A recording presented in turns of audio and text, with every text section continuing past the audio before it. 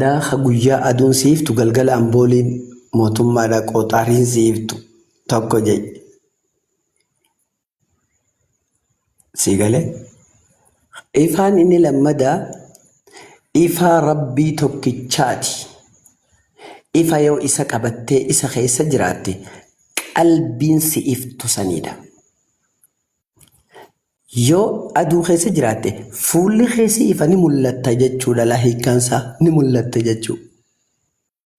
Yoo amboolii qabsiifattee keessa teesse fuulli keetii fi qaamni keellee kofoo uffatee fi googaraa uffattetti adda ba'ee jira. Mee makkamiin siif jee akkasitti yoo ammoo aduu keessa hin jiraanne hulaa fi cufte hin mul'attu. Galgalas yoo libliba qabsiifachuu baatte hin mul'attu. Kanaaf ifa qaamnis mul'atu kan fuullis mul'atu ifa duniyaa jaama. Inni lammadaa wallaahi wabillaahi watallaahi ifa qalbiiti. Sun yoo islaamummaa qabatte malee siif hin dhufu.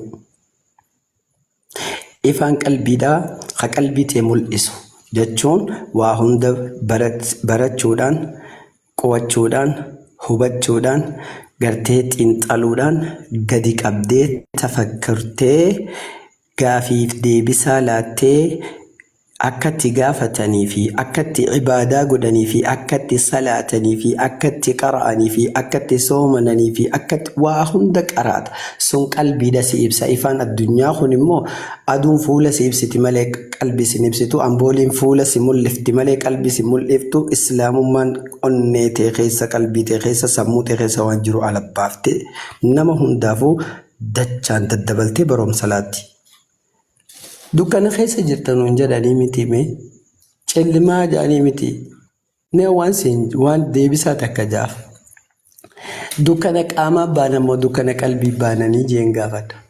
Lakkii dukkana qaamaati yoo jaan lakkii aduu kaafiraa fi islaamaaf kabaasu rabbi wajjin uuboo hojjetanii kijibanii tokko ambooliidhaas gaafuma maallaqan kafalanii mootummaan namarraa tokko murtu malee ganti guutuu wajjumaan shidata haadha beellee lambaa fi shaamaa jira.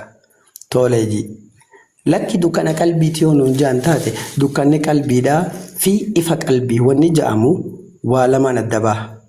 Beekumsaa fi wallaalaan adda baha. Namni kun qalbiinsaa ifa qabdii fi qalbiinsaa dukkana qabdii waan ja'amu adda beekuudhaaf maali madaala beekumsa isaan laalta.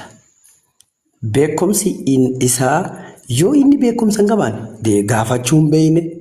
Deebisuun beekne walaqadiinsaa heddummaatti sammaa jaaniin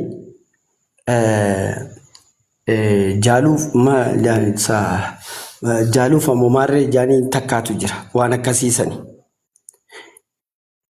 Yoo beeke immoo beekumsa qabaate gaafachuuf qophii, deebisuuf qophii, qara'uuf qophii, qaraasisuuf qophii, beekuuf qophii, barsiisuuf qophii, ibaaduuf qophii, ibaachisuuf qophii, dubbachuuf qophii, dubbachiisuuf qophii, marii qophii, mari'achiisuuf qophii. Waa hundaafuu namni kun jaayiza gaafate namni kun ifa keessa jira. Beekumsa qaba waan jaamu. Beekumsa akkamii yoo ta'e jalqaba irratti maarifati la'abdi rabbahu. Gabrichi kun rabbuma isaa beekuudha. Beekumsi islaamummaa keessatti fiixeen irra gararreen beekumsaa rabbii tokkicha si uume beekuudha. Gurbaa ifiifuu daafkaa rabbii isa uumee fi namaa isa uumettu addaan hin beekne kana egaa daafkaa gartee wanta gonjoolloo hin qabne mee isaan dukkana keessa jirtan jaa billa aleeka isaatu gartee waan biraa keessaa jira. Taakkasiiti gara ifaa gara islaamummaa gara karaa gara nageenyaa gara gartee waa hunda dhufuun kee bareedaadha. Obboleetti teenya hawwiidhaas yaa hawwii beektaa wanni hawwan yeroo hundaa'u waa lama kara lamaan namaa taati. Takkaa hawwitee hawwintee hamtuudhaan sii deebiti. Ana kanan hawwine haati jechuu turte. Takka ammoo hawwitee حلم أتمناه أن يكون خجان سنغرتي أبجو أصول لقومي بربادم جامسن أكسن ماركاتاتي قروا أبجون كي يخون سيلو قومون abjuun kee kuni hiikaa qabaachuun hibboon ati qalbii keessa si deddeemtu hibbakkaa ja'amtee hibbakkan adda sii bahuun wallaahi islaamummaa qabachuu keeti. Bas yoo ati islaamummaa qabatte hibboon ta'e hiikaa argatti. Abjuun keessiif dhugoomuunis gaafa sani. Hillaalee waan jireenya addunyaadhaa kana. Yaa mucayyoo teenya rabbi caalaa bal'aasiif kenne. Wangeela Luqaas hin dubbisneeti. Yaa abbaa kiyya ibidda keessaan jira yaa abbaa kiyya Abrahaam mee xiqqoo gartee quba kee Alaazar naa erge quba isaa bishaan cuuphee afaan kiyyatti dhap aanaa godhannaan noo siif erguu hin danda'amu. Maaliif jennaan arraan tana ati jahannama jirta nuti jannata jirra. Rabbiin warri jannataa azaaba kan seene warri azaabaa jannata kan seeneef bawwaa guddaan jidduu kaayee jira. Nu dhufuu hin dandeenyu gara keessan isinis gara keenya dhufuu hin dandeessan. Khalaas carraa biraa takka hin qabdu. Maaliif jennaan Alaazar jeen gaafa duniyaarra ture carraa takka hin arganne gaggadhee malee garuu sanuma keessa sabbaree rabbii isaa qabate milkaa'ee jeen. Ati immoo yeroo san keessatti carraa gaggaarii argatte abadan hin sabbarre ati carraa sanitti hin fayyadamne rabbiin carraa baay'ee siif kenne akka ati itti yaadduuf carraa san dhiiftee irraa ibidda gubatte jennaani okay jala murameemi hayyee jeen wanta akkasi kadhu abbaa koo naa kadhu jeen Abrahaam itti lallabeeti beek wanaadaa asxaabun naari asxaabul jannati ana fiiduu alaynaa min almaa'i aw mimmaa razaqakum itti fufiga. قال إن الله حرمهما على الكافرين قرآن خيس اللي يجرى ما جاء خيس اللي يجرى سبحان الله ما يوان جاي بس تو أكل جنان حيجي يا أباخية هي أبراهام دقي فدوجين على زر كان الدنيا رتي أرجي جنبرا الدنيا هاديبو يو دبتو جرات الأستاذ طلحة سمايكين كسر أي إيشي أكذتي الدنيا رتينا أرجي جين maaliif jennaan obboleeyyan shaniin mana abbaa kiyyaa keessa jiraannin qaba. Du'anii gama kiyya kana ibidda kana keessatti akka hin gubanne naa wajjin haadhaqee isaaniif dinniinuu hin jeen karaa rabbii qaqqabachiisu. No yaa bolakkii jeeni bar maaliif isaan muusaa haadha qaban. Okay. It's okay. Hold on. Kanarraa banaa. Silawat kutiliftee gaarii ture.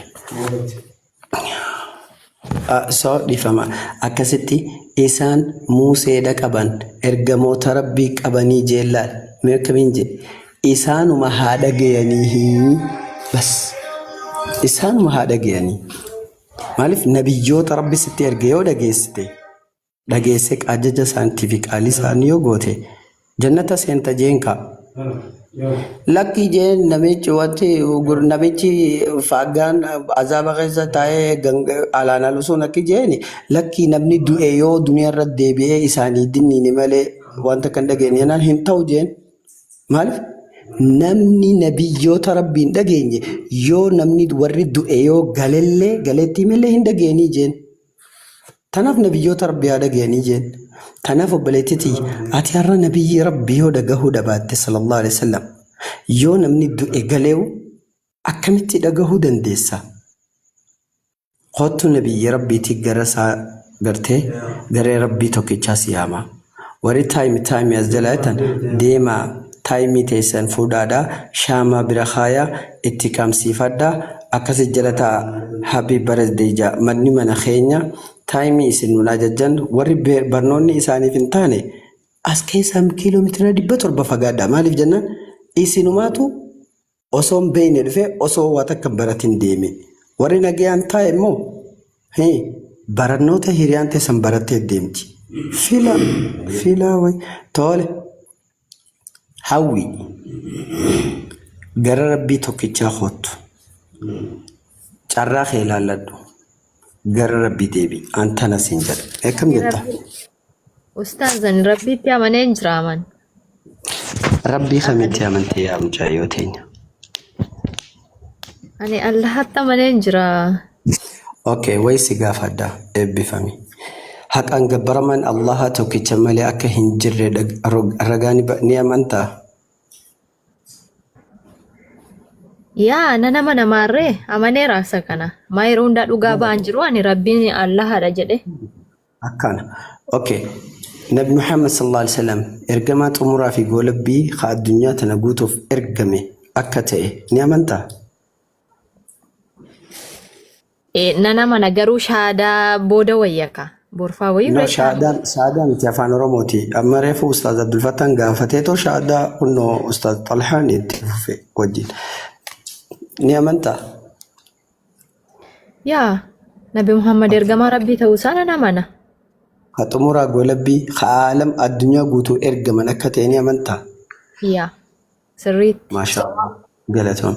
Yesuus Kiristoos gabricha rabbiitii fi ergamaa rabbii ka Israa'el qofatti ergame akka ta'e ni amantaa? Maa isin muudiidhaan shaadaa na qabsiisaa jirtu. Shaadaa marratti wayyaadhiisaa kun. Muudii takkallee sittiin qabadhu. Ani nama guddaadha. Muudii sittiin qabadhu. Gaafiin afaan Oromoo ati duraanis ni beekta. Dura afaan Oromootiin gaafatameeti sun booda namni biraa takka shaadaa qabsa takka sumatu irra deebi'ee akkasi qabsiisa. Kuni gaafiidha. Gaafii afaan irraati. Maaliif? Walaakin leeqmayna qalbii jee Nabi Ibraahimuu alayhi salaam Quraana keessatti yaa Rabbi ati du'aa ni kaafta akkamitti du'aa kaafta sa du'aa eegadu akkami qabtena hay Nabi Ibraahim qaala awalam tu'min atiin amanne jennaan lakki amane yaa Rabbi khij garuu akkuma qalbiin tiyya ziq jettuufin gaafadhee jeen tanaaf ayinlee osmaati gartee wanta jettu beeku akka qalbiin ziq jettumaaf si gaafadhe. Tanaaf Yesuus Kiristoos gabricha rabbii fi ergamaa rabbii kan Israa'el qofa rabbii ergate akka ta'e ni amantaa?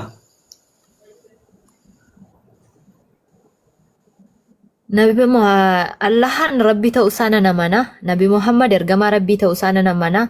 Yesuus illee ergamaa rabbii ta'uu isaa nan amana. Amaneetiin jira isa kan. Israa'el qofatti akka ergame ni amantaa? Eeyyee. Gabricha rabbiitis akka ta'e ni amantaa? Sirriitti amaneera. Maashaallah. Akkan du'in hoo ni amantaa?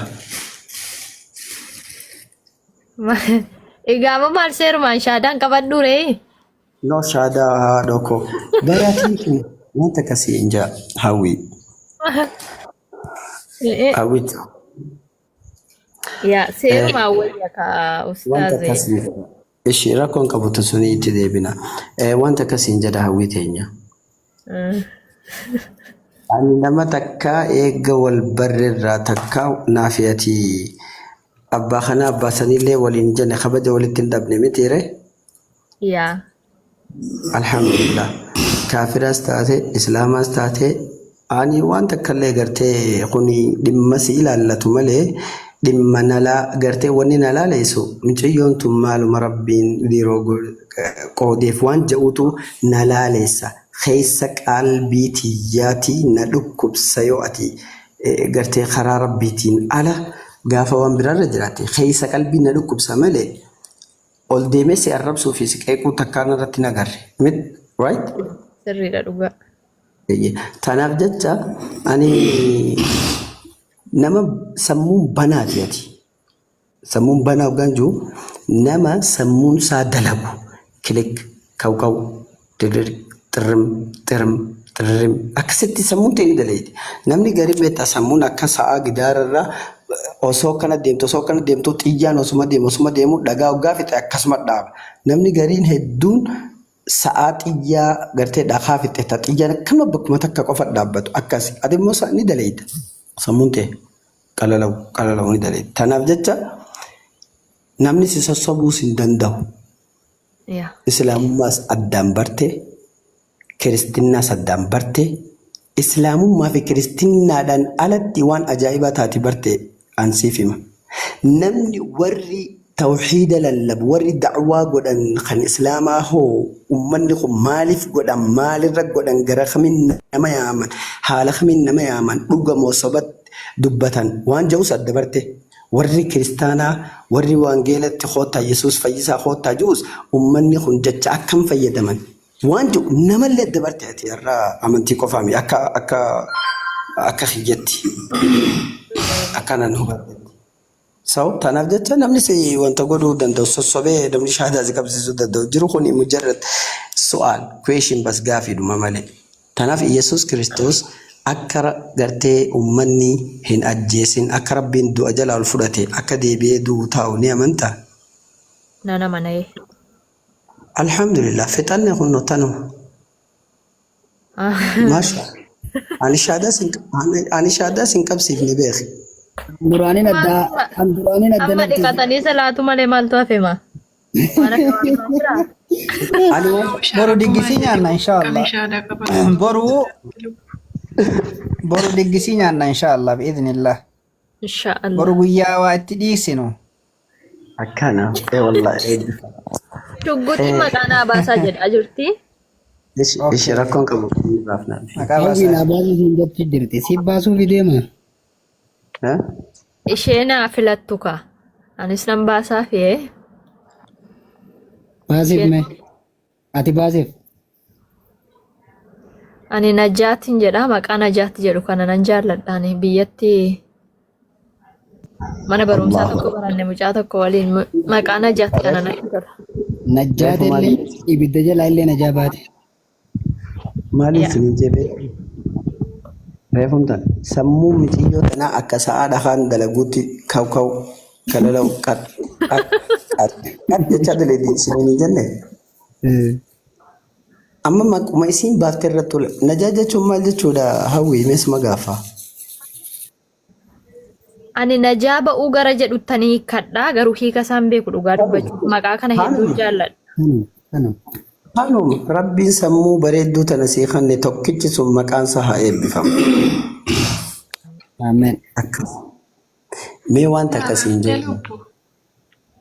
Najaati maqaan kee. Najaat. Wow, galatoomii lubbuu koo baay'ee si jaalladha. Rabbiin inni naaf kenne immoo waan ofiisaatii jaallate waan ofiisaatii filate islaamummaa siif haa kennu kana cala waan biraa waan si hawwii hin qabu. Hiriyaa koo akka lubbuu koo waliin sin jaalladha. Waaqayyoo inni hunduma wal uume akka anallee gargaaree isillee haa gargaaru siifillee islaamummaa siif haa kennu kan biraa homaa siif hin hawwu anallee haa gammachiisu har'a miti boru akka rafee bulamuu abdiin qaba.